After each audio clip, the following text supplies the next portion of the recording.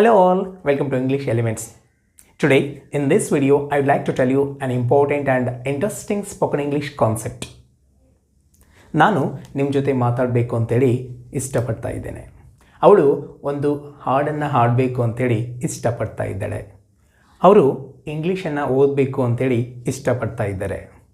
ಅದು ಒಳಗಡೆ ಬರಬೇಕು ಅಂತೇಳಿ ಇಷ್ಟಪಡ್ತಾ ಇದೆ.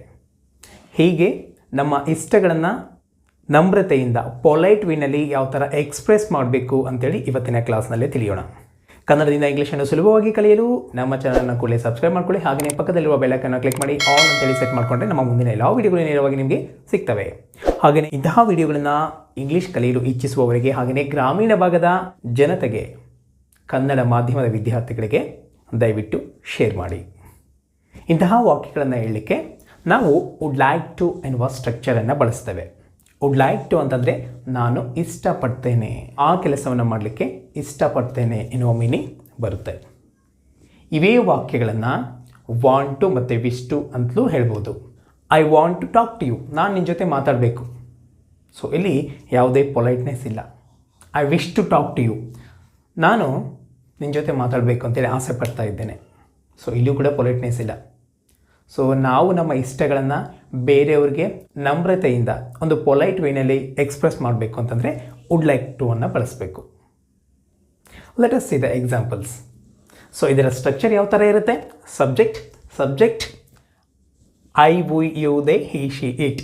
ಐ ನಾನು, ವಿ ನಾವು, ಯು ನೀವು ಅಥವಾ ನೀನು, ದೇ ಅವರು, ಹಿ ಅವನು, ಶಿ ಅವಳು, ಇಟ್ ಇದು ಅಥವಾ ಅದು. ನೆಕ್ಸ್ಟ್ ವುಡ್ ಲೈಕ್ ಟು ಎನ್ನುವ ಫ್ರೇಸನ್ನು ಬಳಸಬೇಕು. ನೆಕ್ಸ್ಟ್ V1 ಅಂದರೆ ಬೇಸ್ ಫಾರ್ಮ್ ಆಫ್ ದ ವರ್ಬ್ನ ಮೊದಲನೇ ರೂಪವನ್ನು ಬಳಸಬೇಕು. ಇಲ್ಲಿ ನೋಡಿ, talk, come, read, learn, sing, meet, know, sit, go, write, sleep, tell. So ಈ ಥರ ವರ್ಬ್ನ ಮೊದಲನೇ ರೂಪಗಳನ್ನು ಬಳಸಬೇಕು. ಆಫ್ಟರ್ ದಟ್ ಅದರ್ ವರ್ಡ್ಸನ್ನು ಯೂಸ್ ಮಾಡ್ತೇವೆ. So let us see the examples. First one, I would like to talk to you. ನಾನು ನಿನ್ನ ಜೊತೆ ಮಾತಾಡಬೇಕು ಅಂತೇಳಿ ಇಷ್ಟಪಡ್ತಾ ಇದ್ದೇನೆ. I'd like to talk to you. So ನೋಡಿ, ಒಂದು ಪೊಲೈಟ್ ವೇನಲ್ಲಿ ಹೇಳೋದು, ನಾನು ನಿಮ್ಮ ಜೊತೆ ಮಾತಾಡಬೇಕು ಅಂತೇಳಿ ಇಷ್ಟಪಡ್ತಾ ಇದ್ದೇನೆ. ಒಂದು ಪೊಲೈಟ್ನೆಸ್ ಇಲ್ಲಿರುತ್ತೆ. I would like to come with you, ನಾನು ನಿನ್ನ ಜೊತೆ ಬರಬೇಕು ಅಂತೇಳಿ ಇಷ್ಟಪಡ್ತಾ ಇದ್ದೇನೆ. I would like to read, ನಾನು ಓದಬೇಕು ಅಂತೇಳಿ ಇಷ್ಟಪಡ್ತಾ ಇದ್ದೇನೆ. I would like to learn English, ನಾನು ಇಂಗ್ಲೀಷನ್ನು ಕಲಿಬೇಕು ಅಂತೇಳಿ ಇಷ್ಟಪಡ್ತಾ ಇದ್ದೇನೆ.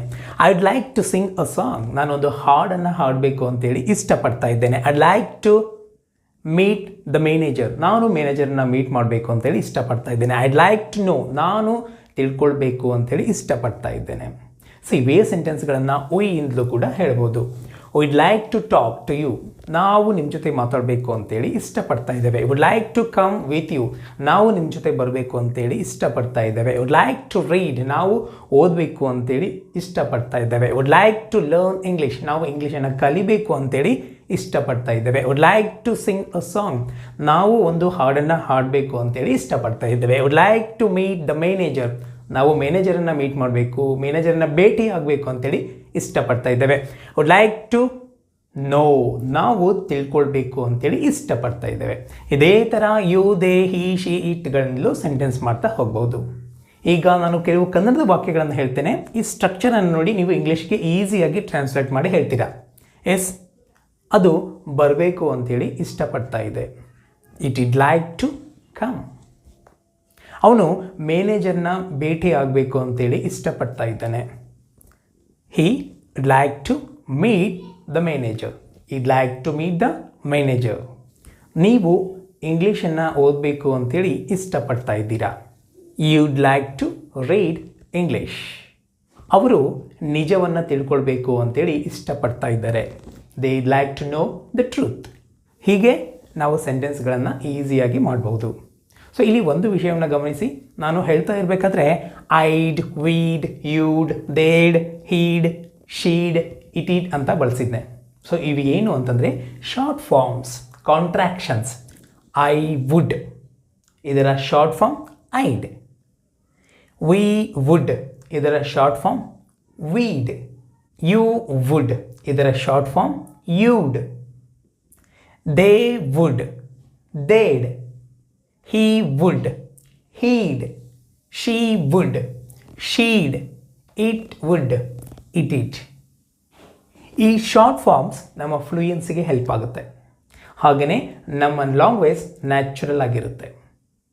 ಕ್ಯಾಸುವಲ್ ಆಗಿ ಇವುಗಳನ್ನು ಜಾಸ್ತಿ ಯೂಸ್ ಮಾಡ್ತಾರೆ.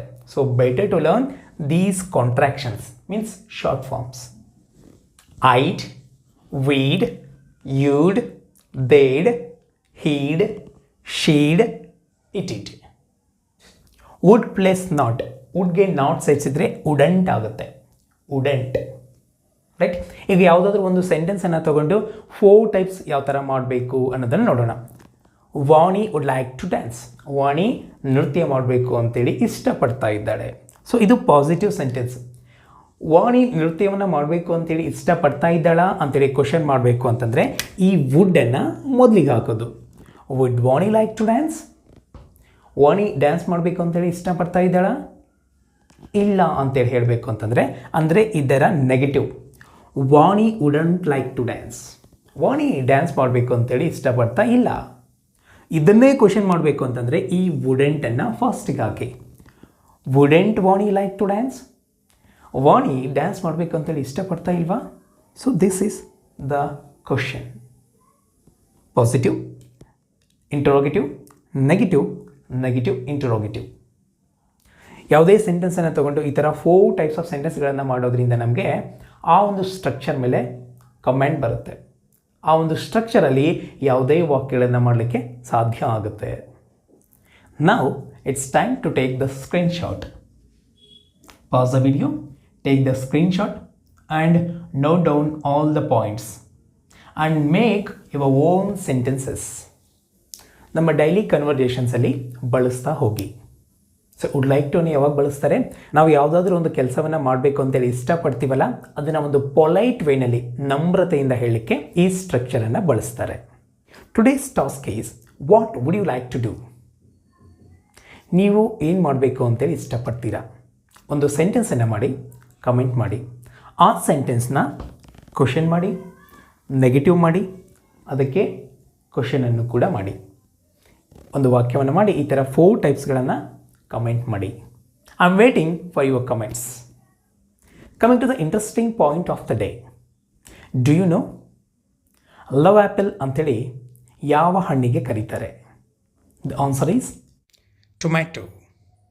ಇಷ್ಟಕ್ಕೂ ಟೊಮ್ಯಾಟೊ ಹಣ್ಣ ತರಕಾರಿನ? As per botanical classification, tomato comes under fruit. Tomatoes are very good for health. I would like you to know this fact. That's all for today. Video useful ಅನಿಸಿದ್ರೆ like ಮಾಡಿ, ಬೇರೆಯವ್ರಿಗೂ share ಮಾಡಿ. Thank you so much for watching and I wish you happy learning.